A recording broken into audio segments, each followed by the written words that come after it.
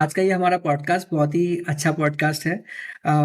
एक छोटा-सा आइडिया था कि कई सारे लोग की सक्सेसफुल जो जर्नी है, करियर की सक्सेसफुल जर्नी है, वो लोगों के बीच में आना चाहिए, ताकि लोगों को ये लगे कि यार किसी ने अचीव किया तो मैं भी अच्छा अचीव करूँ।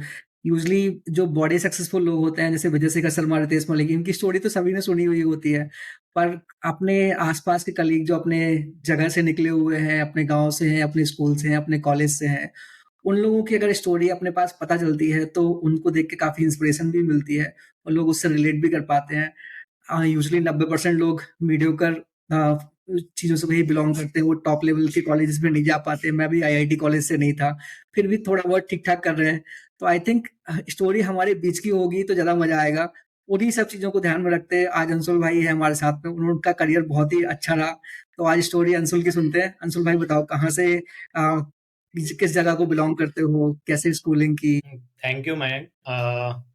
मेरी जर्नी स्टार्ट हुई मेरी अपब्रिंगिंग हुई है नीमच टाउन में मध्य प्रदेश से। और वहाँ पे कार्मल कॉन्वेंट स्कूल करके था। वहाँ से मैंने अपनी स्कूलिंग करी है। अब स्कूलिंग में ऐसा है कि मैं हमेशा से एक एवरेज स्टूडेंट ही रहा हूँ, बट ग्रेस्पिंग मेरी डिसेंट, उसमें मैं हमेशा से अच्छा रहा। तो नंबर्स और आंकड़े मुझे बहुत ही हमेशा से एक्साइट किए हैं बचपन से ही। तो बैकग्राउंड भी अगर मेरा आप देखोगे तो ऐसे मेरे पापा की भी जर्नी बहुत ही एक्साइटिंग रही है। उन्होंने खुद ने एक स्टार्टअप काइंड ऑफ बोल लो, उन्होंने बिजनेस अपना स्टार्ट किया था। तो हमेशा से जब मैं उनको काम करते हुए देखा है तो यही चीज समझ में आई है कि कोई चीज अगर 1 रुपए में खरीदी है, 2 रुपए में बेची तो 1 रुपए का फायदा होता है, 50 पैसे में बेच दी तो 50 पैसे का नुकसान होता है। तो धंधा मुझे बहुत अच्छे से समझ में आता है। अब वो चाहे टेक्नोलॉजी ले लो या आपके देसी ऑफलाइन वाले धंधे ले लो, सारे धंधे मुझे चमकते हैं। वैसी वाली चीज है। अभी स्कूल में ऐसा था कि वहां की भी अगर मैं जर्नी बताऊं तो 10th के बाद एज यू नो के सबको सब्जेक्ट चूज करना पड़ता है। तो मुझे मेरे जो साथ के जो दोस्त हैं उनको कहीं न कहीं पता था कि यार हमको मैथ साइंस लेना है, आईआईटी जेईई की कोचिंग करनी है, कोटा जाना है। बट मेरे को वो सब चीज़ें पता नहीं थी। मुझे ऐसा था कि यार अपने को कॉमर्स लेना है, क्योंकि मुझे ऐसा था कि यार अकाउंट्स करना है, अपन मैथ्स में अच्छे हैं, नंबर्स वगैरह अपने को समझ आता है, बिज़नेस समझ में आता है, तो कॉमर्स से ज़्यादा अच्छा रिलेट कर पाएँगे, सीए बन जाएँगे और कुछ करेंगे उस फील्ड के अंदर आगे। बट हमेशा से पापा की थोड़ी सी ऐसी थिंकिंग रही कि यार नहीं, कॉमर्स नहीं लेना है, कॉमर्स में जो है बच्चे अच्छा नहीं करते हैं, तुम बिगड़ जाओगे। I still remember the date as well कि 27 मार्च को मेरा लास्ट एग्जाम था 10th का, और 1 अप्रैल को मैंने कोचिंग लगा ली थी अकाउंट्स और इकोनॉमिक्स की। और अप्रैल मई जून जो समर वेकेशन होता है जनरली 10th के बाद, उन 3 महीने में मैं पूरा 11th क्लास का सिलेबस पढ़ चुका था कॉमर्स का। और बहुत ही एक्साइटेड था कि यार अपने को फटाफट पढ़ना है अच्छे से। उस टाइम पर मेरे को था कि सीए ही करेंगे अपन। बट पापा वाज आल्सो ऑब्जर्विंग कि यार चलो अभी करने दो 2-3 महीना, इसको मैथ साइंस ही दिलाऊंगा मैं।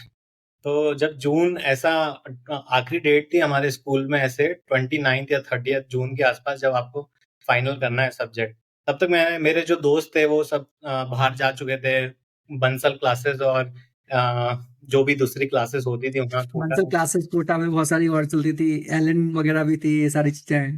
तो वहाँ पे वो लोग जा चुके थे और मैं यहाँ पे अपनी कॉमर्स की कोचिंग कर रहा था। और फिर मैंने 30 जून जब आया तो पापा मुझे हमारे स्कूल के जो टीचर थे उनके पास लेके गए, कि क्योंकि 10th में मेरे डिसेंट परसेंटेज थे, तो वो बोले कि आप इसको समझाओ, साइंस वगैरह ले। तो और इमोशनल मोमेंट वहाँ पे थोड़ा सा ऐसा हो गया। पापा बोले कि समझ नहीं रहा है मेरी बात, आप ही समझाओ। और उस टाइम पे उन सर ने भी मुझे कन्विंस कर लिया कि नहीं बेटा, तुमको यही लेना चाहिए। तो इमोशनल उसमें बह के अपन ने मैथ साइंस ले लिया। और लेने के बाद अब लगा कि यार आगे तो कुछ पता ही नहीं है अपने को, तो कि क्या करना है इसके अंदर, क्या चीजें हैं आगे। तो 11th क्लास तो फिर वहां पे ऐसे मैथ साइंस की जर्नी वैसे स्टार्ट हुई। फिर पोस्ट 12th ऐसे कोई ऐसा आईआईटी और एआई ट्रिपल ई वगैरह एमपी में, मतलब ऐसा है कि कॉलेज आपको चीजें, बहुत सारी चीजें सिखाता भी है। जैसे डिसिप्लिन सिखा देता है, इतने सारे सेमेस्टर, इतने यूनिट टेस्ट हर कुछ कुछ हो रहे हैं, तो वो आपको डिसिप्लिन और एक हार्ड वर्क और मतलब हर चीज में बस लगे रहना है, पूरे टाइम आपको इंगेज रख रहे हैं। वो एक चीज मैंने सीखी है बस कॉलेज में, बाकी जो पढ़ाई मैंने करी इलेक्ट्रॉनिक्स एंड टेलीकम्युनिकेशन की, और जो आज मैं करता हूँ, दूर-दूर तक उसका कोई रिलेशन है नहीं। कि मैंने 4 साल कैसे वो निकल गए बस हवाबाजी में। पहला जो जॉब लगा तो ऐसा भी था कि यार अब अपने को जॉब तो लेना ही है, पापा ने मेहनत करके पढ़ा दिया है सारा चीज़। तो जॉब एक मेरे लिए प्रायोरिटी हो गई थी कि यार जॉब नहीं लिया तो एकदम एक ठप्पा रह जाएगा कि तुमने 4 साल इंजीनियरिंग भी कर ली और कुछ उखाड़ा नहीं। तो जॉब में मैंने बहुत तैयारी करी, मतलब काफ़ी मेहनत करी, क्योंकि बहुत एफर्ट लगता था उस टाइम पर वहाँ से जॉब निकालना भी। और अंडर कॉन्फिडेंट बच्चे थे हम लोग कि उस टाइम पे कोई कॉन्फिडेंस नहीं है, किसी का गाइडेंस नहीं है। बस पता है कि एक एप्टीट्यूड टेस्ट होगा, फिर जीडी होगा, कोई पर्सनल इंटरव्यू होगा। तो कुछ-कुछ तैयारी, कुछ-कुछ लेसन्स वगैरह देखे। सेल्फ मैंने को स्टिल आई रिमेंबर, मैंने मिरर में देख कर के इतनी प्रैक्टिस करी है इंटरव्यू की, खुद से ही प्रैक्टिस करी है। और हम 3-4 लोगों का एक अच्छा दोस्तों का ग्रुप था। कोई मैंने कोचिंग वोचिंग नहीं लगाई थी, और हम 4 दोस्त एक-दूसरे का इंटरव्यू लेते थे। और वो ही मेरे को आज तक याद है, और वो सबसे बढ़िया वहीं से हुआ था उन दोस्तों के कारण। इंटरव्यू में मैं बैठा था, एक ओपन प्लेसमेंट हुआ था। वहाँ से मेरी फर्स्ट जॉब एल&टी में लगी थी। तो वो भी एक याद आता है कि यार रात को 2:30 बजे मैंने ऐसे राइटिंग लिखा था उस टाइम पे। तो वहाँ कौन सी लोकेशन में थी एल&टी का? मैं बॉम्बे थी मेरी, मुंबई पवई ऑफिस। तो पहली जॉब मेरी वही लगी थी एल&टी इन्फोटेक में। तो अब वहाँ पे मैं गया, वहाँ पे ऐसा सिस्टम था, वहाँ पे अगेन प्रेशर है आपके ऊपर कि 3 महीने की एक ट्रेनिंग होती है, और 3 महीने में वो बैक टू बैक बहुत सारी आपको सॉफ्टवेयर के अराउंड लैंग्वेजेस सिखा देते हैं। और उसमें लाइक पोस्ट योर ट्रेनिंग आपका एक टेस्ट होगा।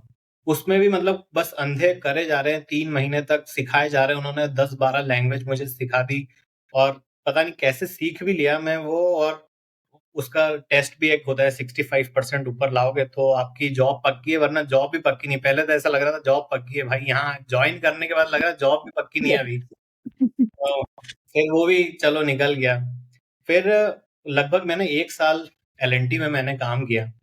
तो मुझे रियलाइज होने लग गया था यार, मतलब स्टार्टिंग के 6 महीने के बाद, क्या दिस इज नॉट समथिंग जो मुझे करना है लाइफ में। तो एल&टी से मुझे क्लाइंट साइड भेज दिया गया था नमूरा में। और नमूरा इज जापानीज इन्वेस्टमेंट बैंक में जापान के लोगों को बहुत सारी डेटा वाली रिपोर्ट भेज रहा हूँ, और उनके कुछ कुछ चीजें फिक्स कर रहा हूँ जैसा वो बोल रहे हैं। बट उसका कोई इम्पैक्ट मेरे को समझ ही नहीं आ रहा है कि इस डेटा का मेरे कारण कुछ हो जा रहा है क्या, कुछ समझ ही नहीं आ रहा है।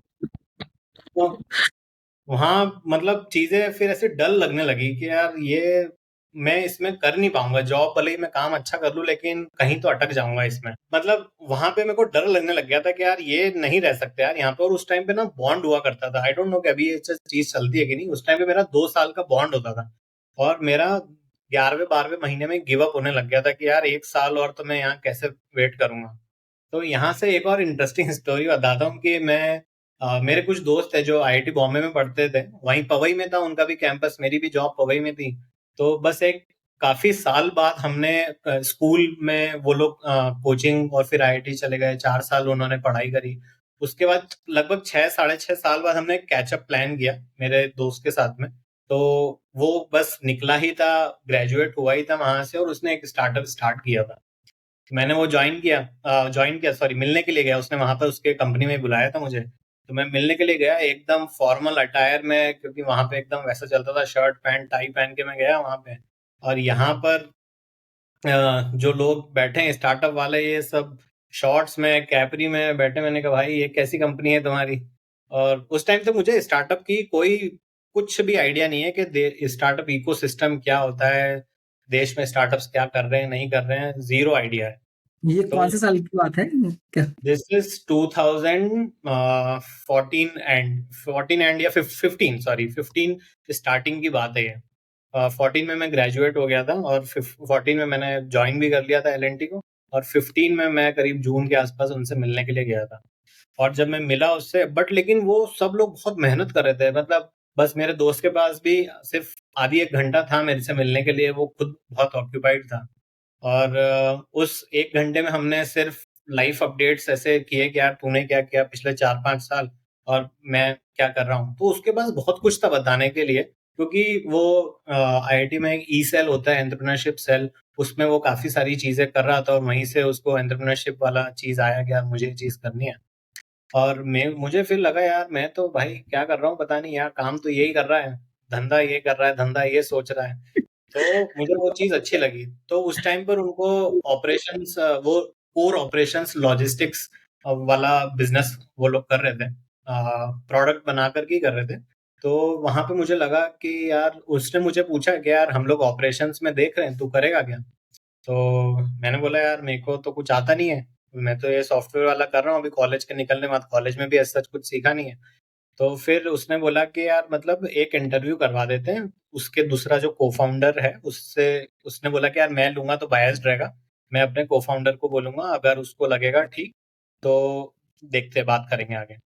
तो उन्होंने इंटरव्यू लिया, और इंटरव्यू में मुझे उसने साफ रिजेक्ट कर दिया। 15 मिनट उसने मुझसे बात करी और रिजेक्ट कर दिया कि बोले ये बंदा अपने किसी काम का नहीं है, कुछ आता ही नहीं है इसको, क्या करेगा ये अपने साथ में। तो बट फिर वो, अब जो मेरा स्कूल का दोस्त था तो उसने थोड़ा सा फोर्स किया कि यार अपन इसको 15 दिन देख ले, 15 दिन बस करवा ले, अगर तुझे नहीं लगेगा तो 15 दिन बाद हटा देना। तो उन्होंने मुझको क्लियर कर दिया था कि यार हम 15 दिन तुमको देखेंगे, अगर लगेगा तो रखेंगे। और मैंने फिर 15 दिन की उस टाइम पे छुट्टी लिया एल से मैं। दूसरा को फाउंडर था, उसने फिर से मुझे रिजेक्ट ही किया कि यार, लेकिन बस उसको एक ही चीज मेरे अंदर अच्छी लगी कि यार ये मेहनत कर लेता है। लगा पड़ा दिन भर, सुबह से मैं चला जाता था 8:30-9 बजे के आसपास, रात को जाता था 9 बजे घर, 12 घंटे उन्हीं के साथ, जैसा वो बोल रहे हैं वो कर रहा हूँ, सारी चीजें कर रहा हूँ। मतलब डेटा एंट्री से मैंने स्टार्ट किया था वहां पे काम, क्या, क्योंकि वो लॉजिस्टिक्स वाला चीज स्टार्ट करी चीज। तो बट उनको लगा कि यार, किस टाइप का स्टार्टअप था उनका? तो it was a logistics aggregation aggregation platform. तो ओके। जैसे काइंड ऑफ शिप रॉकेट बोल लो, शिप रॉकेट के कंपटीशन हुआ करते थे हम उस टाइम पर। तो ओके। किसी भी छोटे छोटे जो सेलर्स हुआ करते थे उस टाइम पर ई कॉमर्स में, तो उनको अगर कुछ शिपमेंट शिप करना है अपने कस्टमर्स तक, तो वो उनको, जो बड़े लॉजिस्टिक्स प्लेयर है, let's say e com express हो गया या आपका डिलीवरी हो गया, वो अकाउंट देते नहीं है। तो आपके पास सिर्फ 2 ऑर्डर, 5 ऑर्डर, 10 ऑर्डर है, तो उनको चाहिए कि यार कोई ऐसा बंदा हो जो हमसे डेली लेकर के जाए। तो हम इस स्पेस में कहते हैं कि लाइक विल सॉल्व इट, कि हमने फेडेक्स और ई कॉम एक्सप्रेस डिलीवरी इनके अकाउंट ले लिए थे, क्योंकि हम बहुत सारे सेलर्स को कनेक्ट कर लेते थे, तो हमारे पास वॉल्यूम हो जाता था, और वो जिनके पास वॉल्यूम होता है उन्हीं को देते थे। तो एक अच्छा बढ़िया एक प्रॉब्लम स्टेटमेंट था जो हम लोग सॉल्व कर रहे थे, और वो स्केलेबल भी हो सकता था, बट बहुत ऑप्स हैवी बिजनेस था। वहां पे हमने ज्वाइन करने के बाद में मैंने काफी मेहनत करी, सबसे ज्यादा मेहनत मुझे वहीं पे करी। सब चीजें उन्होंने सिखाई भी मुझे कि ये चीज ऐसे है, और ऑब्जर्व करते करते करते करते सीख गया। बहुत सारे आईआईटी वाले लोग ही थे उसमें, उस कंपनी में, सारे स्टार्टिंग की जो पूरी टीम थी, उनकी बातें सुन के, देख के, उन्होंने सिखाई भी मुझे काफी सारी चीजें खुद से हैंड्स ऑन करके। तो वो एक जर्नी बड़ी एक्साइटिंग रही। फिर हम धीरे धीरे ग्रो भी करने लगे। जब मैंने ज्वाइन किया था एक छोटा सा स्पेस था, I think hardly 100 square feet का ऑफिस होगा वो, उससे बड़ा नहीं था वो, छोटा ही होगा, बड़ा तो नहीं था। तो अब वहां से हम धीरे धीरे ग्रो करके छोटे छोटे हमने 5-6 वेयर हाउस कर लिए बॉम्बे रीजन में ही, और काम भी बहुत ज्यादा बढ़ने लग गया, और इतना काम होने लग गया कि था कि मैं सुबह, हम लोग स्टार्ट करते थे 9 बजे, और रात की 11 बज जाती थी, 11, 11:30, कभी 12। तो फिर ऐसा लगा कि यार हम बॉम्बे जैसी जगह पे फिर घर जाना ही क्यों है यार।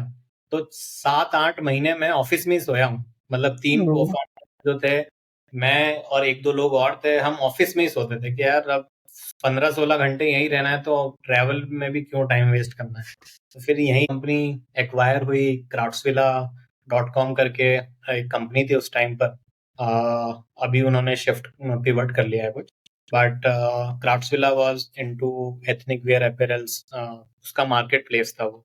तो वो कम हमारी जो कंपनी थी वो एक्विजिशन हुआ, पोस्ट एक्विजिशन मैंने वो ज्वाइन कर लिया था वो कंपनी। फिर उसके बाद की भी और जर्नी अपन। बाद में फिर क्या डिफरेंस आया? अब एक्वायर होने के बाद में थोड़ा वो जो दिन थे कि अब फंडेड कंपनी थी, बड़ी कंपनी थी, तो आई एम श्योर थोड़ी रिस्पॉन्सिबिलिटी बढ़ गई, थोड़ी लग्जरी आ गई होगी, ऑफिस थोड़ा बड़ा हो गया होगा। हाँ बिल्कुल। तो क्राफ्ट्सविला का ऑफिस काफी सेक्सी हुआ करता था उस टाइम पर। तो हमारा ऑफिस तो एकदम ऐसा था, क्योंकि हमारी एक सीड फंडेड कंपनी थी, और बहुत ही छोटा सा चेक था हमारा, 300K का। और वहां से हमने ज्वाइन किया एक कंपनी जिसका सीरीज भी हो चुका था। और एक बड़ा ऑफिस स्पेस है, काफी सारे लोग हैं, और काफी स्मार्ट स्मार्ट लोग उस कंपनी में ऑलरेडी काम कर रहे थे। तो पोस्ट एक्विजिशन जब हमने ज्वाइन किया तो सबसे पहला जो चीज आई, एक तो हम थोड़ा सा सांस लेने की फुर्सत मिली कि यार यहाँ 15 घंटे चीजें चल रही है और आप बहुत ज्यादा लोग हायर भी नहीं कर सकते हो जब इतनी कम फंडिंग रहे आपकी। थोड़ी सी जब करेक्ट। फंडिंग रहती है तो आपके पास ब्रीदिंग स्पेस रहता है, थोड़ा आप रिसोर्सेज बढ़ा लेते हो कंपनी में। हुँ, बट मेरे ज्वाइन करने के 2 महीने के बाद ही मुझे सूरत भेज दिया गया था। तो Surat being their majority of their revenue was coming from Surat, 70% revenue वहीं से आता था। तो वहां का मुझे सिटी हेड बना करके भेज दिया गया था, क्योंकि एक तो मुझे कोर लॉजिस्टिक्स बहुत अच्छे से समझ में आ गया था मेरी लास्ट कंपनी के अंदर, और फिर वहां पर चीजें ड्राइव करनी है, मतलब सेलर्स आपको ऑनबोर्ड करने हैं, सेलर्स के साथ दिन रात बात करनी है। मैं हमेशा से ऐसे बातें करने में ठीक रहा हूँ, लोगों को समझना, लोगों से एम्पैथाइज करना। तो सेलर्स से एम्पैथाइज करना भी बहुत जरूरी होता है ई कॉमर्स के अंदर। तो वहां पे जब मैंने चीजें करी तो मैं A to Z काम सीख गया था। पूरा साड़ी कैसे बनती है वो भी मैंने सीख लिया कि वैसा। तो जब ये क्राफ्ट्सविला में रहते रहते बहुत ही एक्साइटिंग लगने लगा ये बिजनेस, एथनिक वेयर अपैरल्स का। तो जो मेरा जो सेंड का को-फाउंडर था, उसको मैंने पिच किया कि यार भाई ये बिजनेस बड़ा एक्साइटिंग लग रहा है, वी शुड डू दिस। तो उसको मैंने कुछ नंबर्स वगैरह चमकाए कि देखिए कितने में बनती है, इतना मार्जिन है, ये सारी चीजें हैं। तो जितना मैं समझ पाया था सूरत में रह करके, तो मैंने उसको पिच किया कि पुराने वाले जो फाउंडर हैं उनकी उनसे बात। को मैंने पिच किया था। तो हुँ, वो फाउंडर को भी लगा कि यार सही लग रहा है। तो पहले मैंने जॉब छोड़ी, फिर कुछ 1 डेढ़ महीने के बाद में उसने भी जॉब छोड़ी, और हम दोनों ने सूरत में बिजनेस स्टार्ट किया। और हमारी एक्सपेक्टेशन से कहीं ज्यादा वो ग्रो भी करने लगा। तो हमने हुँ, 2 मॉडल बनाए कि यार क्राफ्ट्सविला जैसी जो कंपनी है वो एक खुद एक मार्केट प्लेस है, अपन 2 मॉडल में काम करेंगे। हम एक हुँ, मार्केट प्लेस भी बन जाएंगे, छोटे से मार्केट प्लेस बनेंगे। तो ऐसा कभी सोचा नहीं था यार अपने को $1 बिलियन कंपनी बना लेनी है, वो कर ली। हमने सोचा बूटस्ट्रैप धंधा करेंगे और पैसा बनाते हैं। तो और within 10 months of our start, 10-11 months of our start, हम करोड़ों की सेल्स कर चुके थे। और वाह! इतना कॉन्फिडेंस हमारे अंदर आ चुका था कि मतलब आज इस नंबर को 100 करोड़ भी लेकर के जाना है तो वो हमारे लिए ऐसा था कि यार हो जाएगा, मतलब लेके जा सकते हैं कि अब 10 महीने में हम इतना कर सकते हैं। हम करीब करीब 10 करोड़ के सेल्स पर पहुंच चुके थे। अचीव करना इजी है, स्केलेबल है। और हमारा टेक बन गया था, सारी चीजें हो गई थी, हजारों ऑर्डर्स हम प्रोसेस कर रहे थे, ऑपरेशन सेट किया था। तो यहाँ पर भी मेरी बहुत ही ज्यादा अच्छी लर्निंग रही है, क्योंकि स्क्रैच से ऑफिस लेने से लेकर के हजारों ऑर्डर्स प्रोसेस करने, उसके अराउंड सारे प्रोसेस बनाने। और भी बहुत सारी प्रॉब्लम आती है जब आप कुछ चीजें स्टार्ट करते हो। कभी आपको लेबर का प्रॉब्लम है, कभी आपका हुँ, इस साथ में कुछ चीजें हो रही है, कभी आपको लॉस भी हो जा रहा है। आपको सब कुछ खुद से हैंडल करना है। तो वहीं पर मैंने करेक्ट। ऑपरेशंस भी सीख लिया, टेक भी थोड़ा सा समझा कि जब अपना ही कंपनी है तो टेक भी समझना पड़ेगा। फाइनेंस भी समझ रहे हैं, अकाउंट्स भी हम खुद ही देख रहे हैं। तो वहां पर हमारी लर्निंग भी बहुत अच्छी रही, हमने बिजनेस भी बहुत अच्छा करा। बट अनफॉर्चुनेटली बहुत लेट हमको रियलाइज हुआ कि यार हम कुछ गलती कर रहे हैं जिसके कारण हम प्रॉफिटेबल नहीं बना पा रहे हैं। तो हुँ, क्राफ्ट के एक्विजिशन जब हुआ था तो लाइफ थोड़ी सी तो सही हो गई थी, सैलरी वैलरी भी बढ़ गई थी, थोड़ा पैसा भी सेव वेव कर लिया था। वो पैसा भी सारा हमने इसमें लगा दिया कि भाई अब ये तो मच रहा है तो इसमें सब कुछ लगा दिया। मेरे दोस्त ने भी और हमने दोनों ने मिलके लगा दिया। अभी बट जब टाइम निकला यार, कि हम समझ में नहीं आया पैसा निकाल क्यों नहीं पा रहे अपन। इतनी सेल्स हो रही है, इतने ऑर्डर्स प्रोसेस कर रहे हैं, पैसा जा कहाँ रहा है। हुँ, बहुत लेट रियलाइज हुआ कि यार हमारा जो प्रॉफिट है वो सब कुछ इन्वेंट्री में बढ़ा हुआ है। तो ई हुँ, कॉमर्स में आप किसी भी कि की रिटर्न्स और आरटीओ को कैसे वो मैनेज करें। आज हुँ, भी लाइक बड़े बड़े ई कॉमर्स कंपनी सिर्फ यही सॉल्व कर रहे हैं। फ्लिपकार्ट हो जाए, अमेजोन हो जाए, या फिर आप मीशो की बात कर लो, वो सब यही सॉल्व कर रहे हैं कि यार सेलर्स के आरटीओ या रिटर्न्स आप कैसे कम करें। वो उस टाइम पर भी प्रॉब्लम था, आज भी प्रॉब्लम है ही है। बट थोड़ी सी और चीजें हो गई है, कस्टमर्स एजुकेटेड हो गए। बट कमिंग हुँ, बैक, तो हमारे साथ में वो एक चोट हो गई थी कि यार प्रॉफिटेबल हम नहीं, और हुँ, मतलब ऐसा था कि यार कहाँ बस एक्वायर हुई थी कंपनी, अपनी लाइफ चिल हुई थी, हम इसमें जद्दोजहद में घुसे, बहुत काम भी किया और पैसा भी कुछ नहीं किया, जो था वो भी चला गया। तो अभी बैक टू वापस जीरो आ गए। बट ऐसा था कि ठीक है यार, कोई अब ऐसा था कि अब इसको रैप करना है। तो जब आप कोई स्टार्टअप करते हैं, जब आप स्टार्ट तो कर लेते हैं, लेकिन उसको बंद करने में भी काफ़ी टाइम लगता है। मतलब वेरी ट्रू। बहुत सिस्टमैटिकली आपको बंद करनी पड़ती है, प्लान करना पड़ता है चीज़ें। तो बंद करने में ही 3 से 4 महीने लग गए। फिर हम अब ऐसा था कि वो एक हेडेक हो गया था कि यार इसको बंद भी अच्छे से करना है।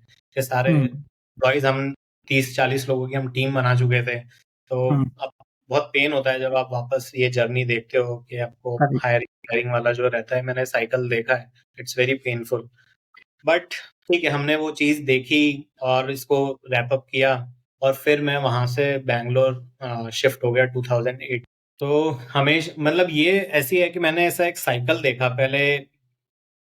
जॉब मैंने छोड़ी तो हाँ, जॉब मैंने जब एल&टी की छोड़ी थी ना, तो 2 साल का बॉन्ड था।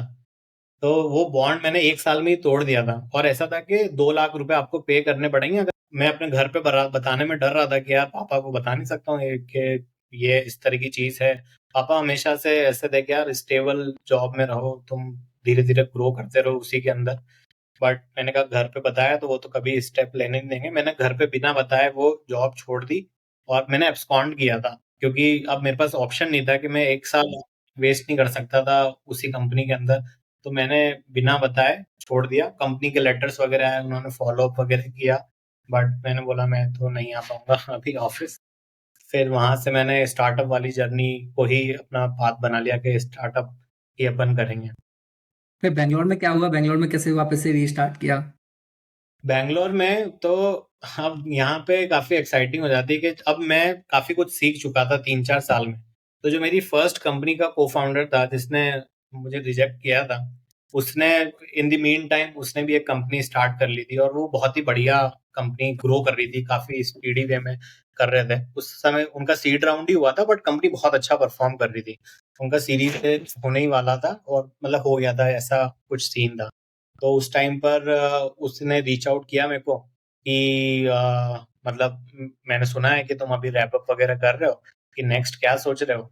तो वही मैं उस टाइम पर अपॉर्चुनिटीज देख भी रहा था। तो उसने बोला कि कुछ और नहीं देखना है, यहीं पर आना है। तो वहां पे एक आपको कॉन्फिडेंस मिलता है कि यार मतलब लाइफ जब स्टार्ट हुई थी, इस आदमी ने अपने को रिजेक्ट कर दिया था, अभी यही आदमी वापस बोलता है कि आजा। तो कुछ तो कुछ तो अच्छा किया है, कुछ तो सीखा है। हमने कुछ पिछले टाइम में, तो वापस मैं गया अगेन। वो कंपनी में बहुत काम हुआ करता था। हम काफी अच्छा एग्जीक्यूट भी कर रहे थे। मतलब वो शॉर्ट वीडियो ऐप था एक, और कुछ 50 मिलियन यूजर बेस था हमारा। वाह! और ओके, टिकटॉक टाइप का। हाँ, तो वो टिकटॉक के कंपटीशन में ही हमारी कंपनी थी।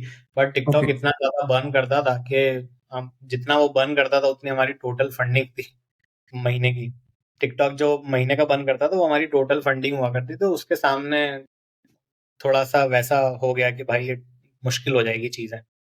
तो वहां पर हमने काफी अच्छा स्केल किया बिजनेस। हमारा कुछ 2.5 million daily active user base हुआ करता था बैक इन 2018 में। 18 के अंदर 18 के ईयर एंड में हम लोग इस नंबर से पहुंच चुके थे। बट वो चीज वहां से स्केल करना मुश्किल हो रहा था, क्योंकि टेक कॉस्ट उसमें काफी होता है। तो नहीं कर पाया वो। वहां पे मैंने पूरा मैंने पहले अपने किया है हार्डकोर ऑप्स, फिर यहाँ पर मैंने किया है कंटेंट ऑप्स। मतलब टेक्नोलॉजी और कंटेंट वाला जो ऑप्स होता है, वो वाला ऑप्स मैंने यहाँ पे किया। वो भी आता नहीं था, बट इस बंदे को एक था कि यार आता था इसको, पहले वाले बिजनेस में भी कुछ नहीं था, बट बहुत जल्दी ये सीख लिया था। तो कंटेंट ऑप्स क्या होता है? कंटेंट ऑप्स बेसिकली ऐसा है कि जब भी कोई यूजर ऐसा है कि एक ऐप है, अब यूजर कंटेंट अपलोड कर रहा है, कंज्यूमर कंज्यूम कर रहा है, ठीक है। तब इसकी एक जर्नी है कि आप कंटेंट अपलोडिंग से लेकर के मॉडरेशन से लेकर के जो कंटेंट की एक फीड बन रही है, जो आप इंस्टाग्राम भी फॉर एग्जांपल देख रहे हैं, तो आपकी जो फीड है उसमें वो कंटेंट कैसे आ रहा है। अब तो चलो मशीन लर्निंग और ये सारी चीजें हो जाती है जब आपकी स्केल पर हो जाए। पास में वो रिसोर्सेस नहीं है, कि आपके पास वो टीम नहीं है, एआई वाली या मशीन लर्निंग वाली टीम नहीं है, तो आप मैन्युअली वो चीजें करते हो, कुछ नंबर्स देखते हो, उन नंबर से आप एनालाइज करते हो कि यार ये कंटेंट इस यूजर के लिए अच्छा है। तो हम बहुत सारे नंबर्स के अराउंड प्ले करते थे, एक्सेल बाजी बहुत करी। वहां से हमने समझा कि यार ये वाला कंटेंट इस यूजर के लिए ठीक है, तो यूजर सेगमेंट्स हमने बनाए। अब उनको वो कंटेंट सर्व करना है। तो आपको वो कंटेंट कैसे सर्व करना है, तो आपने यूजर सेगमेंट्स करके कंटेंट को कैटेगराइज किया, उनका परफॉर्मेंस देखा और फिर आप उनकी फीड में करते थे। तो ये एक और काफी स्केल पे होता है, मतलब हमारे 1 लाख वीडियोस अपलोड होते थे ऑन अ डेली बेसिस। तो वाह। यू कैन इमेजिन कि किस स्केल पर आप वो कर रहे हो। तो अगर आप 15 दिन का भी चीज कर रहे हो तो आप 15 लाख वीडियोस के ऊपर एक फीड डिजाइन कर रहे हो। तो इसमें बहुत ऑप्स लगता था कि कैसे आप चीजें कर रहे हो, आप मॉडरेशन भी हो रहा है, कुछ गलत कंटेंट आप सर्व नहीं कर दो यूजर की फीड में। तो बहुत सारी चीजों को ध्यान रखना पड़ता था। तो उसमें बहुत सारी आप टेक के अराउंड भी कुछ कुछ चीजें प्ले कर रहे हो, एपीआई पोस्टमैन के थ्रू कुछ कर रहे हो, बहुत सारी छोटी छोटी छोटी छोटी चीजें हुआ करती थी। और यहाँ पर भी ऐसा है कि हमारी टीम काफी लीन थी। तो यहाँ पर भी ऐसा है कि आपको बहुत सारे छोटी छोटी चीजें करनी है। तो इंडिविजुअल कंट्रीब्यूटर ही रहा हूं मैं यहाँ पर भी। तो हमने यहाँ पर भी बहुत चीजें सीखी, कंटेंट के अराउंड की दुनिया सीखी। और यहाँ पर एक्साइटिंग चीज ये थी कि जियो आया था और जियो ने एकदम उस टाइम पर इंटरनेट रिवॉल्यूशन लेकर के आया था। और इतनी ग्रोथ थी, हमारा जो जो मैं आपको बोल रहा हूँ 50 लाख हमारे इंस्टॉल्स थे, 50 मिलियन यूजर बेस था हमारा। तो उसमें से 70% यूजर्स तो हमारे ऑर्गेनिक हुआ। यूजर्स पे तो हम ऐसा है कि खुद से यूजर्स आ रहे हैं कर रहे हैं, बट हमको बस मैनेज करना है उस यूजर को कि कैसे हो रहा है। तो वो काफी एक्साइटिंग थे वो वाला जर्नी भी। बट अनफॉर्चुनेटली वो भी अगेन एज आई सेड कि हमको रैप अप करनी पड़ी वो चीजें। तो एक्विजिशन हुआ हमारी कंपनी का, प्रोडक्ट हमने शेयर चैट को सेल किया था और टीम में कुछ लोग ही थे, हम 11-12 लोग। तो फिर हमने मीशो को ज्वाइन किया था। तो मीशो को हमारे अंदर कुछ पोटेंशियल लगा था कि यार तुम्हें कंटेंट आता है और we are doing good in commerce, तो together we can do something around content and commerce.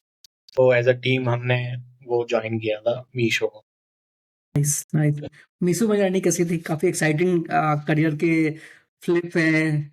कहीं एलएनटी से, फिर एक स्टार्टअप से, फिर फंडेड कंपनी से, फिर खुद के एंटरप्रेन्योरशिप जर्नी पे। मैंने सारे साइकिल देख लिया। मैंने एक सीड फंडिंग कंपनी में भी काम कर लिया, एक सीरीज बी स्टेज की कंपनी में काम किया, फिर वो भी बंद हुई। फिर उसके बाद में एक बूटस्ट्रैप धंधा भी मैंने कर लिया। फिर उसके बाद में जब एक्विजिशन हुआ तो Meesho, like you can see के सीरीज ई सीरीज एफ वाली कंपनी में भी चले गए। और साइकिल्स भी देख ली, हायरिंग, आपका एक्विजिशन, फायरिंग, सारी चीजें देख लिए। तो स्टार्टर नीचे तो देख लिया है, बस एक ही चीज बच रही है अभी कि स्क्रैच से लेकर के $1 बिलियन कंपनी आपको जो बनानी है, बस उसी का एक है होप कि यार उसी के लिए मैं काम करता हूँ अभी। तो यार वो एक जर्नी, सबसे एक्साइटिंग जर्नी वही है। अगर आप वो देख ले रहे हो अब इस स्टार्टअप वाले वर्ल्ड में, तो उससे बढ़िया कोई चीज नहीं है मेरे नजर में। कैसा रहा? कैसा एक्सपीरियंस था मीशो में? क्या क्या करते थे? मीशो में जब हमने ज्वाइन किया ना, तो स्टार्टिंग में तो ऐसे कोई क्लैरिटी नहीं थी कि आप क्या करने वाले हो, क्योंकि एज ए टीम हम गए थे। तो स्टार्टिंग में सब लोगों ने अपने अपने रोल के हिसाब से फिट किया, वहां पे इंटरव्यू वगैरह आपने दिए। तो मीशो में स्टार्टिंग के 2 महीने तो मैं इंटरनेशनल वेयर हाउस सेटअप का मुझे रोल दिया गया था। तो उस टाइम पर हम लोग चाइना से शिपमेंट्स लेकर के आते थे और डिस्ट्रीब्यूट करते थे थ्रू आउट द कंट्री। तो उसका एक वेयर हाउस सेटअप के लिए मैं बॉम्बे रहा था 1-1.5 महीना। तो बॉम्बे में हमने सेटअप किया था, तो वो मैं देख रहा था वो वाला पार्ट, वहां पर गया था। फिर उसके बाद में इन द मीन टाइम हमारी जो टीम थी जो आई थी क्लिप से इधर, यहाँ पर हमने फिगर आउट किया कि यार हम एक प्रोडक्ट बनाएंगे कंटेंट कॉमर्स के अराउंड। तो हमने पॉप शॉप करके वो बनाया था। तो अगेन मैं फिर वापस इसी टीम को ज्वाइन कर लिया था, क्योंकि इसमें ये अपने आप में कंपनी थी, स्क्रैच से स्टार्ट हो रही थी। और यहाँ पे ज्यादा लर्निंग भी है, मजा भी ज्यादा उसी में आता है जब आप कुछ स्क्रैच से बिल्ड कर रहे हो। तो मैं इधर आ गया था, इधर पूरा ऑपरेशंस वाला पार्ट देख रहा था। वहां भी हमने स्क्रैच से स्टार्ट करके 25,000 ऑर्डर्स पर डे के स्केल पर, जब हमने ज्वाइन किया था it was a reselling platform. और ओके। हमने पॉप शॉप में 20-25,000 ऑर्डर्स पर डे वाला स्केल अचीव किया था। तब मीशो भी मोस्टली कंज्यूमर साइड की चीजें करने लग गया था, ये सीधे कंज्यूमर। तो pop shop was also into the same. तो काइंड ऑफ पॉप शॉप और मीशो को एक की आइडिया बना करके मर्ज कर दिया और वो मीशो में ही रह गया। कि अब मीशो की द कंज्यूमर फेसिंग कंपनी, पहले वो रीसेलर्स के लिए था, अब कंज्यूमर हम्म। फेसिंग ओपन कर दिया था कि anyone can come to Meesho and buy the product. तो हम्म, वहां पे मैंने मीशो का जो सप्लाई चेन वाला टीम था वो ज्वाइन कर लिया था। मीशो जब मैंने ज्वाइन किया था, like we were doing close to 60,000 orders per day. और जब मैं मीशो से निकलने वाला टाइम आया, तो पीक का मैंने देखा है 50 लाख ऑर्डर्स पर डे। तो काइंड वाह। ऑफ 100x स्केल मैं देख के आया हूँ उसमें कि। और वहां पर बहुत ही बढ़िया लर्निंग रहती है कि जब आप ग्रोइंग कंपनी के अंदर काम करते हो ना, नए प्रोजेक्ट्स आते रहते हैं, नए इनोवेशंस होते रहते हैं, आप प्रोडक्ट में बहुत सारी चीजें करते हो। और सप्लाई चेन भी मैंने बहुत कुछ इवॉल्व होते हुए देखा। सप्लाई चेन में पहले फर्स्ट स्टार्टअप में भी किया, और फिर वो इंसिडेंटली मुझे इस मीशो में भी करने को मिला।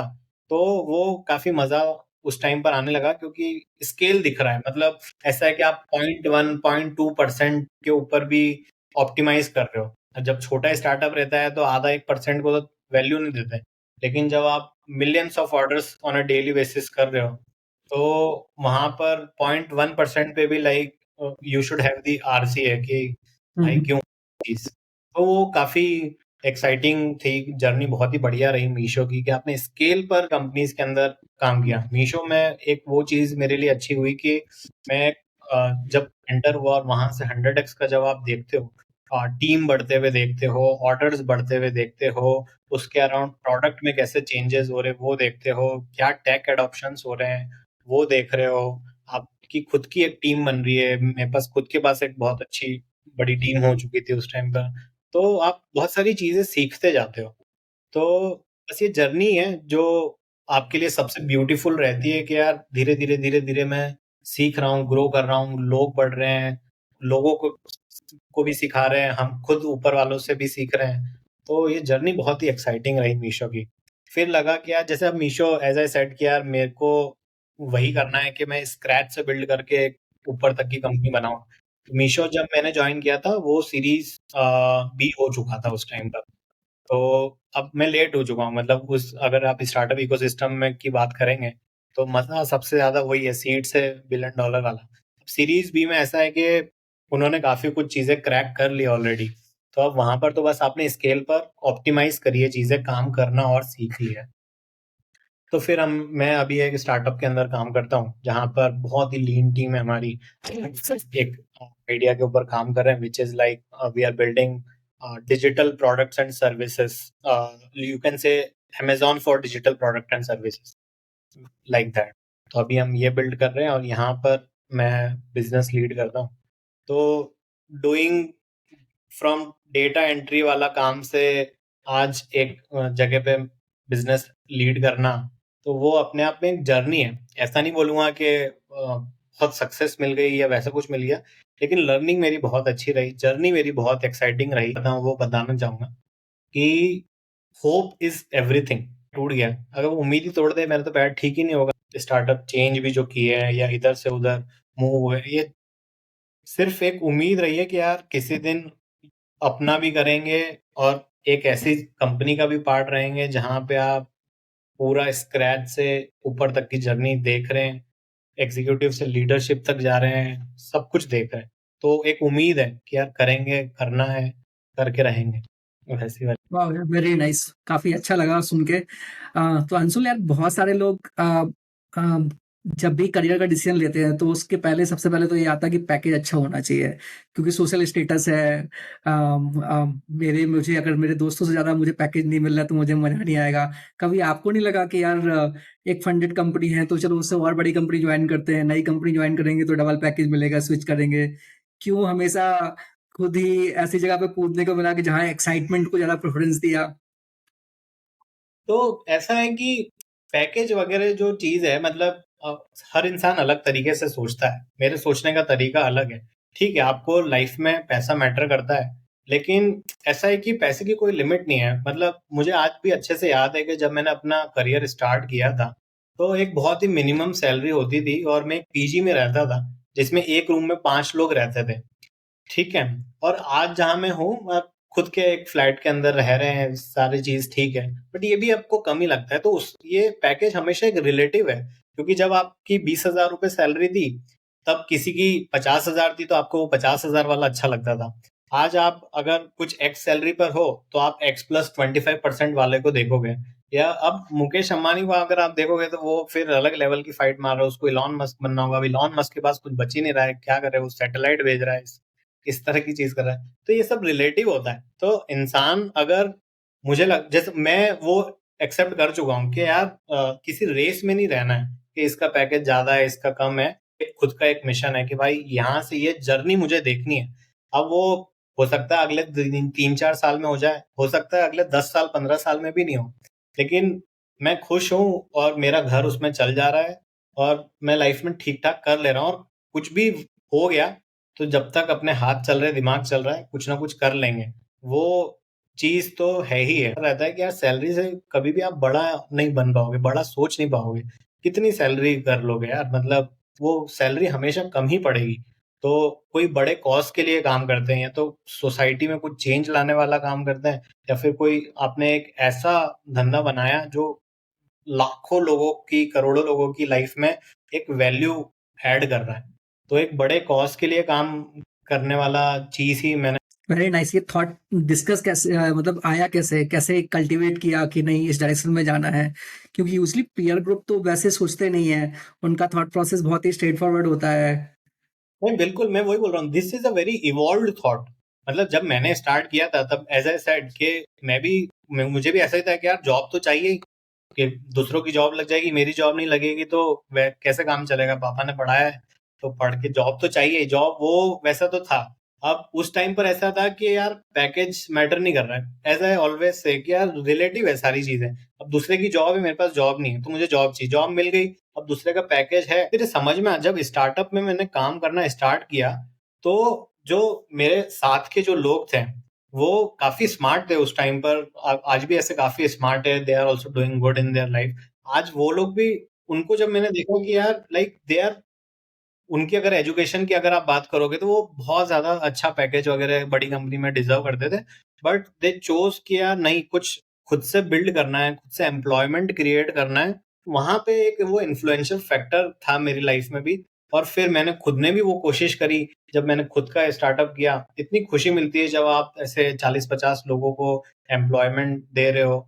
तो वो धीरे धीरे धीरे धीरे कल्टीवेट होता गया है थॉट, और अब एक ये इवॉल्व थॉट हो गया है कि यार सैलरी तो हमेशा कम लगेगी आपको। आप 1 करोड़ की सैलरी पे बैठोगे तो आप लाइफस्टाइल 1 करोड़ वाली लेकर के चले जाओगे, तब आपको लगेगा यार इसकी तो 2 करोड़ सैलरी, 2 करोड़ चाहिए अब। तो सैलरी इज ऑलवेज रिलेटिव। तो आपको अपने अंदर आपको समझना पड़ेगा कि आप कहाँ जाना चाहते हो, आप किस चीज के लिए काम करना चाहते हो। और 2-5 साल की मत सोचो, अगले 20 साल में कहाँ देख रहे हैं अपने आप को। तो वो अभी मैंने 5 मिनट पहले ही बोला कि होप, कि आपको उम्मीद है कि नहीं अपने आप से कि आप ये चीज जा कर सकते हो, वहां तक जा सकते हो। अगर वो है तो उसके तरफ बढ़ो। और सैलरी से तो फिर मतलब सबकी अपनी अपनी कंडीशंस रहती है लाइफ में। और कौन किस फेज में है, ऐसा नहीं बोल रहा हूँ कि सैलरी जरूरी भी है। आप किस फेज में है लाइफ के, आप पे कितनी रिस्पॉन्सिबिलिटी है, कितने लोग डिपेंडेंट है आपके ऊपर, बहुत सारे फैक्टर्स हैं। बट मेरे लिए ऐसा है कि नहीं यार, सैलरी से कुछ बड़ा सोच लेते हैं। सैलरी ठीक है यार, अपन ने इतना काम किया कि सैलरी मिल जाएगी, और खाने के लिए आपको 4 रोटी चाहिए तो वो कम सैलरी वाले भी खा ही रहा है उतना तो, और अपन भी उतना ही खा रहे हैं, तो पेट तो बड़ा हो नहीं रहा है। तो सोच बड़ी करते हैं।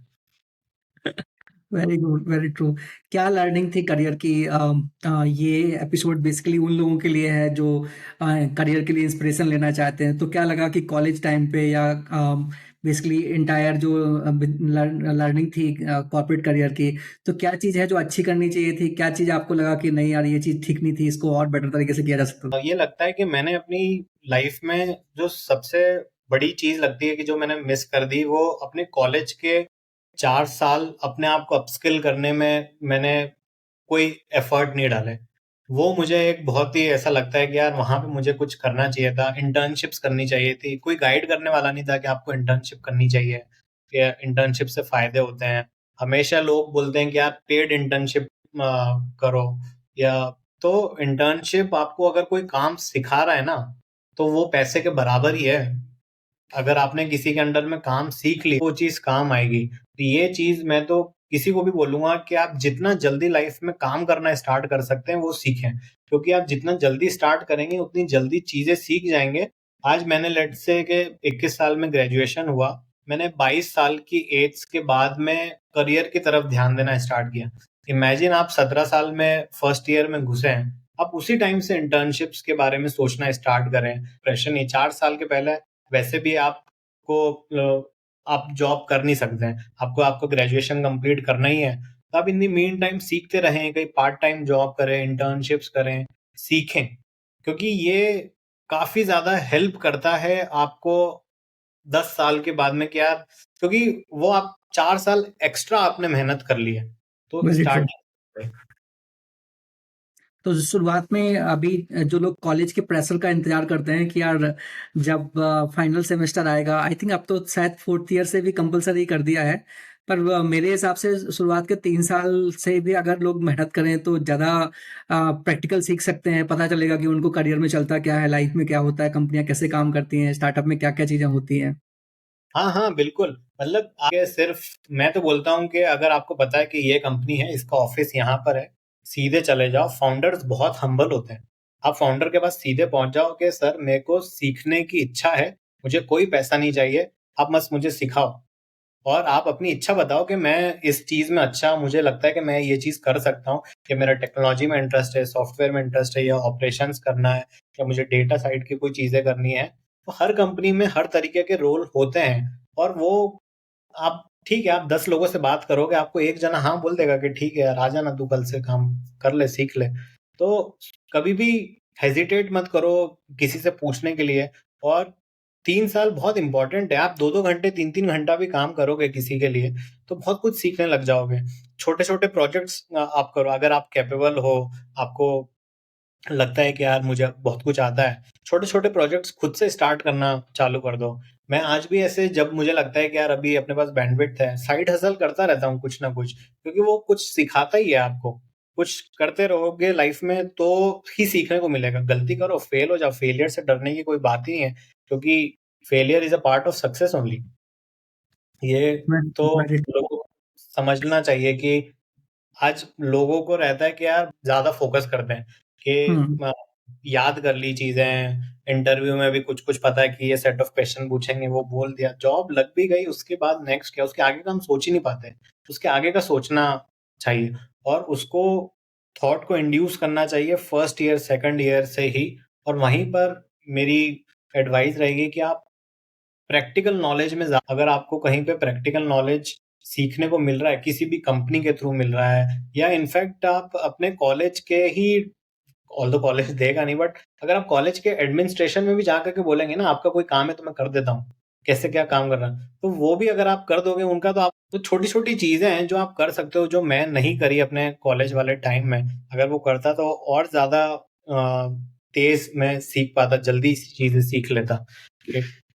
जो मुझे स्टार्टअप्स ने सिखाई है, स्टार्टअप्स आपकी लर्निंग के लिए बहुत ही अच्छे रहते हैं, क्योंकि छोटी-सी टीम है और उन 8-10 लोगों को ही सब कुछ कर। ये तो हुआ कि कॉलेज से जब पहली जॉब लोग ले रहे हैं उसके बाद में, पर आपने अपने पीयर ग्रुप को भी देखा होगा, कई सारे लोग काफ़ी अच्छे से काम करते हैं, कई लोग ऐसे हैं जो बहुत आपसे बेटर हैं, कई जगह पे आपने भी देखा कि ये स्किल है जो लोगों में होना चाहिए। तो ऐसी 3-4 चीज़ें आपको क्या लगा कि as a career if somebody choosing to work with a company, तो उनको इन चीज़ों में फ़ोकस करना चाहिए, उनमें अपनी स्किल बिल्ड करना चाहिए, उनमें अगर वो अपनी थोड़ा-सा प्रैक्टिस करेंगे तो वो they can become better individual.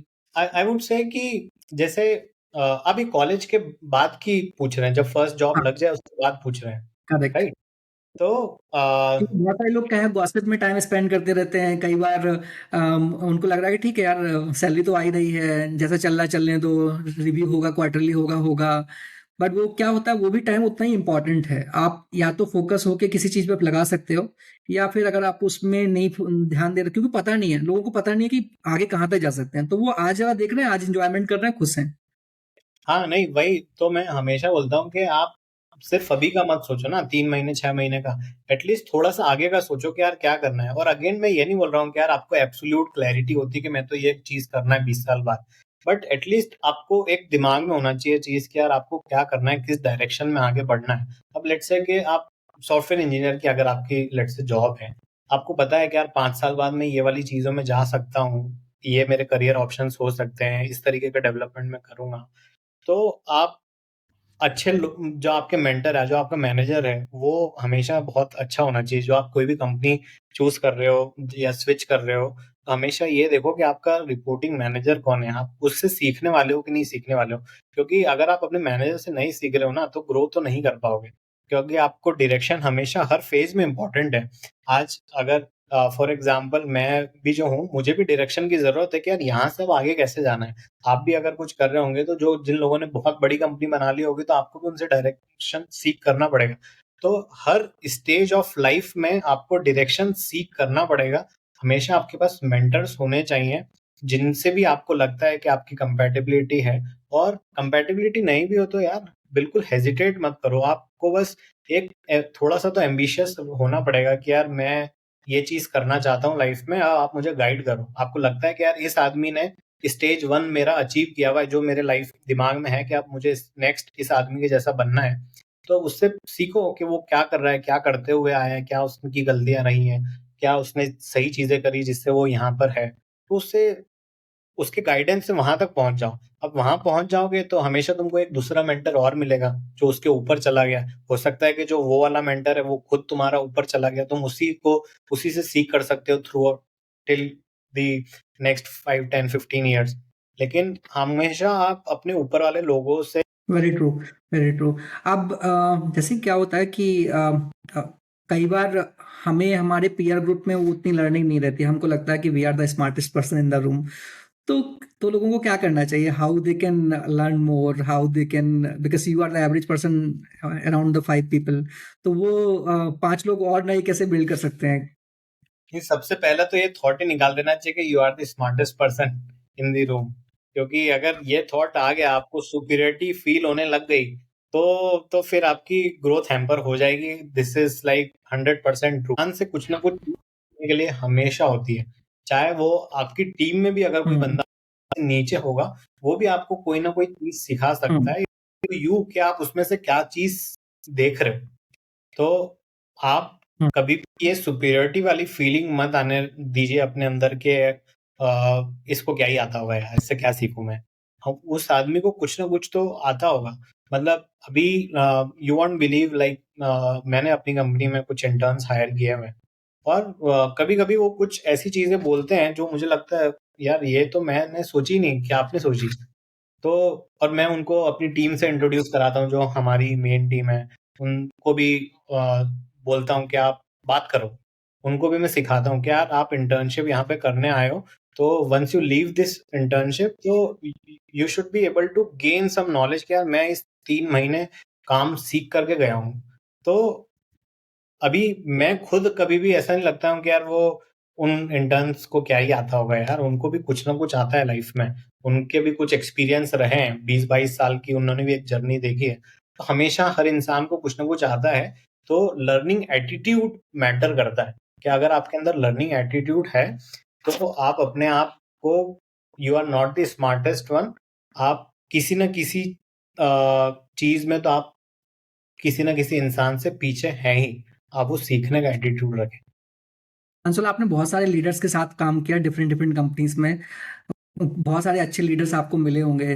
तो उनकी क्या कैरेक्टरिस्टिक्स थी? क्यों वो अच्छे थे? उन्होंने आपको कैसे एलिवेट किया? क्या चीज़ अच्छी लगी आपको उनमें? नहीं, उसमें सबसे बड़ी चीज होती है विजन। मुझे ऐसा, जैसे जो हम अभी भी मैं बात कर रहा था कि यार आप आगे का सोचो। तो मैंने कुछ कुछ लोग रहे हैं मेरी लाइफ में भी जो इतना बड़ा सोचते हैं। मतलब ठीक है, एक होता है हवा में बात करना कि भाई सर पैर के कुछ पता नहीं है और बात कर रहे हैं एकदम पता नहीं कहाँ पे। वो फिलोसफी सही नहीं है। लेकिन एक होता है कि आप कुछ कर के आए हैं, कुछ मेहनत करते हुए आ रहे हैं, कुछ कर रहे हैं और आपका विजन कुछ नेक्स्ट लेवल ही है। आप मुझे वो चीज बहुत ही ज्यादा अम्यूज करती है कि ये इंसान इतना बड़ा, इतना आगे का कैसे सोच पा रहा है। तो वो मेरे लिए बहुत ही एक्साइटिंग चीज रहती है। और जैसे मैंने देखे हैं लोग कि वो एक अच्छी पोजीशन पर आने के बाद भी कभी भी हसल करना नहीं छोड़ते हैं। हमेशा लगे पड़े रहते हैं, मेहनत करते रहते हैं कि यार अब इसको कैसे सॉल्व करें। तो प्रॉब्लम सॉल्विंग एटीट्यूड एक बहुत ही बढ़िया चीज मुझे किसी भी लीडर के अंदर लगती है कि हर स्टेज में प्रॉब्लम तो आएगी, आपका वो एटीट्यूड कैसा है उसको सॉल्व करने का, वो बहुत ज्यादा मायने रखता है।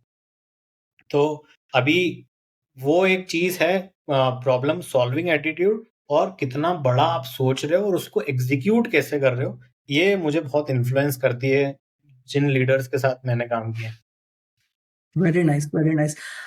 डिफरेंट डाइवर्स कल्चर में भी आपने काम किया, तो अगर कुछ अच्छे एग्जांपल आपको देने हों कि कल्चर ऑफ नॉट अबाउट कि जस्ट वर्कहोलिक कल्चर है, culture of a good productivity, healthy work environment जहां सबको सीखने को मिल रहा है, सबको काम करने में मजा आ रहा है, तो ऐसी क्या चीजें हैं जो ऑर्गेनाइजेशन के अंदर की जाएं जिससे सबको कुछ ये जो किक है वो किक मिले? मैंने सही बात है, मैंने ऐसी कंपनीज में काम से टचवुड मुझे तो बहुत ही अच्छे कल्चर वाली कंपनीज ही मिली है। कभी भी ऐसा जगह पे मैंने काम नहीं किया जहाँ पे कुछ ऐसा टॉक्सिक कल्चर रहा हो या कुछ, क्योंकि इन जनरल भी स्टार्टअप्स के अंदर आपको वर्क प्रेशर तो बाय डिफॉल्ट है ही, काम तो आपके पास हमेशा ज्यादा रहता ही है। लेकिन जो आपके पीयर ग्रुप है या कलीग्स वगैरह हैं, अगर वो भी इक्वली इंजॉय कर रहे हैं ना उस जर्नी को, तो वो बहुत ही मजा आने लग जाता है। कभी भी जब आप एक आदमी को नहीं सॉल्व करना है, वो दो चार लोग भिड़े पड़े हैं, कुछ सोच रहे हैं, दिमाग लगा रहे हैं और वो एग्जीक्यूट करके और कर दे रहे हैं। तो जब आप कल्चर, मुझे ऐसा लगता है कि जो आपकी लोग हैं ना वही डिफाइन करते हैं कल्चर। तो और वो आता है डेफिनेटली टॉप लीडरशिप से फ्लोट होते हुए नीचे तक आता है। तो आपके लीडर कैसे टाइम टू टाइम ऐसे कुछ ना कुछ इंगेज करने की फन एक्टिविटी भी करवा रहे हैं एम्प्लॉयज के साथ में, तो वो एक उसको लगता है कि यार ये मुझे अपना मान रहे हैं, इन्वॉल्व कर रहे हैं इसमें, फन में भी, सिर्फ काम में इन्वॉल्व नहीं रखते हैं, मुझे घूमने फिराने भी ले जा रहे हैं, थोड़ा सा बाहर भी कर रहे हैं, फन भी हो रहा है। और काम में भी ऐसा नहीं है कि गाइड कर रहे हैं, मतलब ऐसा नहीं कि आपसे कोई गलती हो गई तो सीधे डांट दिया, पेल दिया। वो एटीट्यूड में फिर क्या होता है ना कि एम्प्लॉय थोड़ा सा हेट्रेड बिल्ड कर लेता है। लेकिन अगर आपने उसको समझाया कि भाई ये वाली चीज गलती हो रही है, बट हाँ, अगर आप वो फिर आपको रिपीट नहीं करनी है वो गलती, आपको आपने गलती करी, आपने आपको सिखाई गई वापस से कि इस तरह से आगे से सोचना है, ये ध्यान रखना है इन चीजों को, आपने वो रिपीट नहीं होने दी, तो आपको हमेशा वो मेंटर फिर अब अच्छा लगने लगेगा कि यार मैं कुछ गलती करता हूँ, ये सिखा देते हैं। और जब वो सिखा देते हैं ना आपको, फिर आप खुद भी प्रोएक्टिव बन जाते हो कि मतलब आप कॉशियस हो जाते हो कि ध्यान से कर रहा हूँ कि नहीं चीजें। तो ये कल्चर, छोटी छोटी चीजें होती है जो कल्चर डिफाइन करती है। मैं कोई ऐसा एक दो पॉइंटर नहीं बोलूंगा कि यार बस इससे आपका कल्चर डिफाइन, हंसी मजाक कर रहे हैं, खाना पीना कर रहे हैं, हैंग आउट कर रहे हैं, ये सब कल्चर पे। अगर आपको अपनी टीम में कुछ लोगों को हायर करना हो तो आई एम श्योर आपने भी कुछ एक फिलॉसफी बना के रखी कि ये सॉफ्ट स्किल तो मुझे चाहिए। Apart from the tech skill, क्या क्या चीजें हैं जो देखते हो किसी नए बंदे में, specially people who are coming out of the college? Coming out of the college में तो लाइक टू बी ऑनेस्ट है, काफी डिफिकल्ट है ऐसे समझना, बट अगर मैं कुछ चीज बोलूंगा कि मैं तो एटीट्यूड सबसे ज्यादा मैटर करता है, क्योंकि अब वो फ्रेशर है, आप एक्सपेक्ट कर नहीं सकते हो कि उसको कुछ आता है। बट लेकिन उनका एटीट्यूड क्या है, अगर वो बोले नहीं सर मेरे को तो 5 बजे घर जाना है, अभी वैसा है, लेकिन यार ठीक है आपको 5 बजे घर जाना है, but at times you might be required to stay. और ऐसा नहीं कि सिर्फ काम के कारण, और क्या आपको कोई काम दिया है, आप कितना स्पीडी वे में एग्जीक्यूट कर पाते हो। कुछ हमारे 4-5 फंडे हैं जो हम फॉलो करते हैं कि स्पीड ओवर परफेक्शन हो गया आपका, इस तरीके की जो चीजें हैं, प्रॉब्लम सॉल्विंग एटीट्यूड हो गया, कि आपको कोई प्रॉब्लम दी है तो आप कितना गहराई तक उसको सोच रहे हैं, आप सोच भी पा रहे हैं कि नहीं पा रहे हैं, कि ये आपको प्रॉब्लम लग भी रही है कि नहीं लग रही है। तो वो एटीट्यूड मेरे लिए मैटर करता है। तो मैं हमेशा कुछ अगर इंटरव्यू भी लेते हैं और अगर आपके पास एक्सपीरियंस है, तो उनकी जर्नी में उन्होंने किन किन चीजों को फेस किया, क्या प्रॉब्लम्स आई थी, उनका सॉल्यूशन वो कैसे लेकर के आ गए, उनका क्या रोल रहा उस चीज के अंदर, वो मैटर करता है। तो प्रॉब्लम सॉल्विंग एटीट्यूड आपका होना चाहिए। ओवरऑल कल्चर फिट एक दिखता है कि आपको पता है कि यार हमारी कंपनी का कल्चर इस तरीके का है, हम लोग इतना रुक जाते हैं। एक कम बंदा, मान लीजिए कि आप 10 लोग हैं, 10 में से 8 लोग काम कर रहे हैं 13-14-15 घंटे, तो आपकी कंपनी का कल्चर चलो वर्कaholic है, बट आप साथ में फन भी कर ले रहे हैं। अब 2 लोग बोल रहे हैं कि नहीं मैं तो सर 6 घंटे में घर जाऊंगा, तो वो फिर कल्चर अलाइंड ही नहीं है। कि ठीक है आपने 6 घंटे, लेकिन हम चाहते हैं कि हम साथ में रहें यार, एंजॉय करें चीजें। जरूरी नहीं है कि आप एकदम क्योंकि अगर साथ में रहेंगे ना तो वो एक विजन से भी अलाइन रहता है। कल्चर जब एक जैसा रहता है तो आप एक जैसे सोचते हो, वरना छोटे-छोटे फिर आप गुट बना लेते हो कि भाई नहीं ये तो ऐसा है, वो वैसा है। पॉलिटिक्स नहीं हो किसी भी कंपनी के अंदर